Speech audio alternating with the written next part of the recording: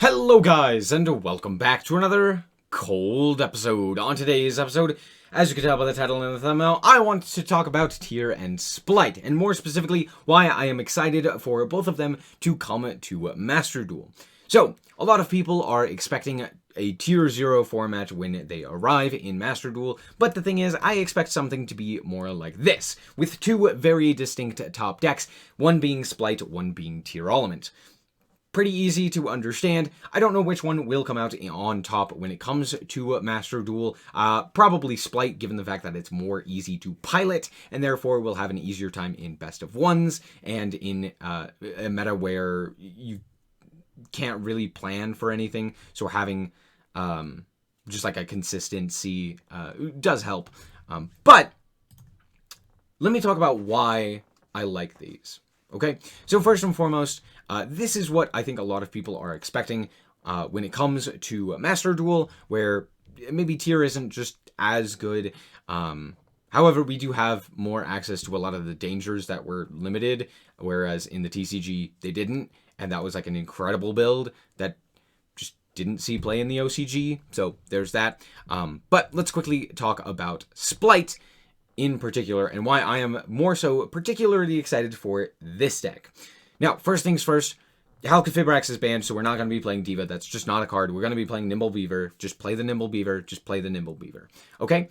But Splight is a very, very interesting deck that allows for a lot of interaction.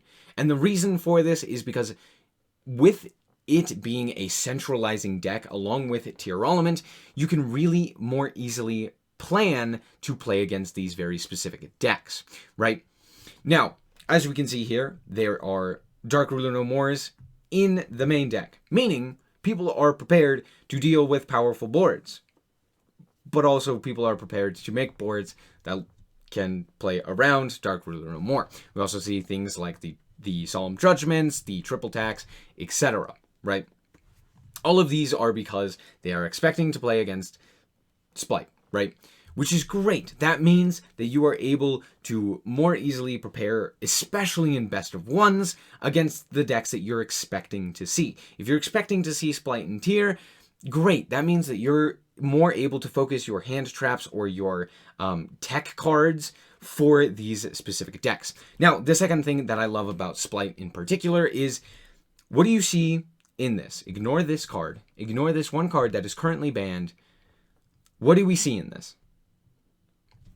No floodgates. That's right. The best deck isn't playing any sort of floodgate. Sure, you can play one negate, which technically does come back. But in all honesty, there's a lot of opportunity for you. Oh, I guess these are also negates. Sorry. But there is a lot of opportunity because of this card, as well as other such cards like Droplets and Raigeki and what have you, to really interact with your opponent and to actually have that back and forth, which is one of the things that I really like about the current metagame overall when it comes to not just Splight but also Tier. If we scroll down here, we can see that there are a wide variety of different builds for Tier that all end on various different boards, but more specifically have a wide form of interaction. Splight has a very similar thing as well. You have a wide variety of different interactions. It's not just a whole bunch of negates. Sure, you can make the Toad, but also oftentimes you're just ending on things like maybe a Kaleido Heart, maybe you're trying to go into a Zeus line, maybe you're making Dark, you're going for the Splight Elf stuff to try and play on the opponent's turn. You're relying on hand traps or, Nibirus and stuff like that to slow your opponent down. But it is a lot more of that interaction, which I think a lot of people really do enjoy. And that's really what draws in players to Yu-Gi-Oh!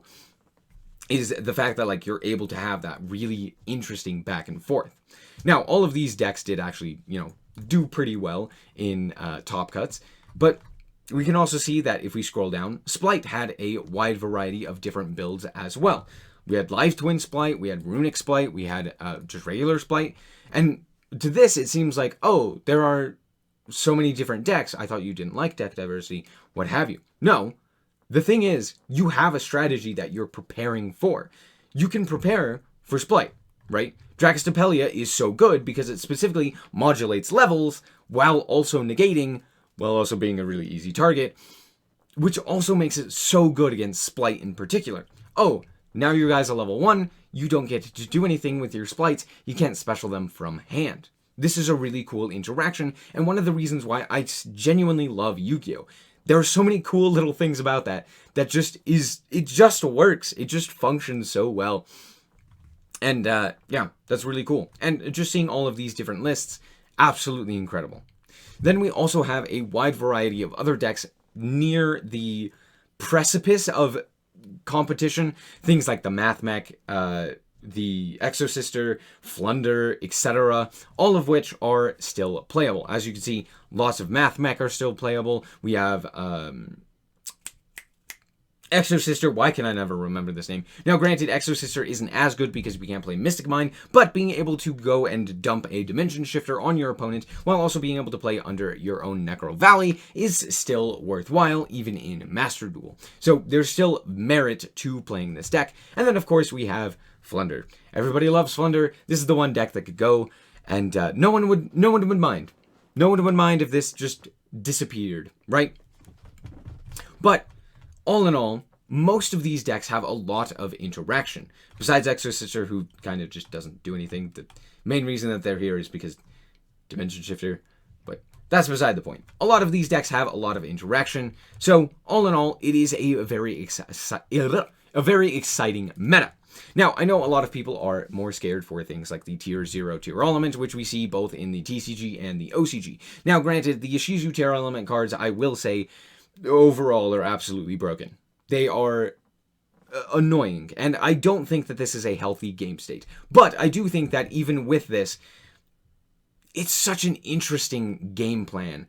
If you watched the YCS Pasadena finals, I'm almost certain that you were aware of how incredibly cool it was. For the first time in like a really long time, that final was actually very entertaining and was truly a showcase of who the better player was.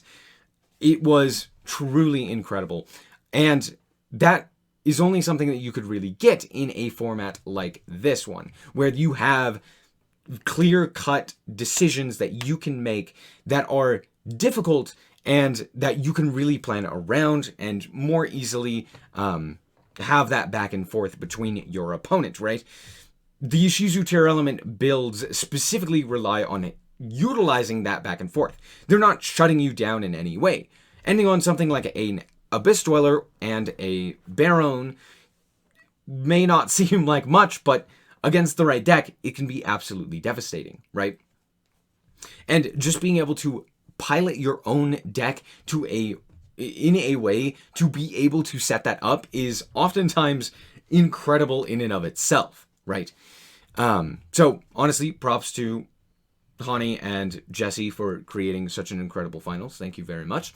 But all in all, even with this being said, if we go back to the Splight and Tier stuff, these decks are incredibly interactive. Even the Runic Splight stuff is incredibly interactive. You're having a constant back and forth, even though that deck is specifically designed to slow down the game. Where is the Runic going?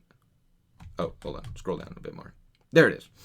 Even though this is designed to slow down the game a bit more, and the side decks consist of a lot of like lava golems and sphere modes and stuff like that, there's still a lot of that, again, that back and forth, because of the wide variety of the quick play spells that allow disruption, the hand traps. It's basically all just a whole bunch of hand traps that you're having to play through, which I don't really mind, but it can be a little bit annoying if you don't have the right cards. But given that Splight is so incredibly robust, that makes it a lot more interesting. And with Tearlaments also being robust in the way that it combos, I'm really excited. So I just wanted to talk about that because a lot of people hate on this meta, and I don't know why. And people have said, I would rather play the current Master Duel format, and I don't know why. Please seek medical attention. Your brain may be leaking. Anyway, that's going to be it for this episode. I hope that you guys did indeed enjoy. If you did, a like is very much so appreciated. And if you want to check out more content like this, as well as more Yu-Gi-Oh!, then just be sure to subscribe. Anyway, thank you guys so much for watching, and remember to always stay frosty. Bye-bye. Shout out to the Frost Guard, my members. Thank you guys so much for the support, and I hope you enjoy the content.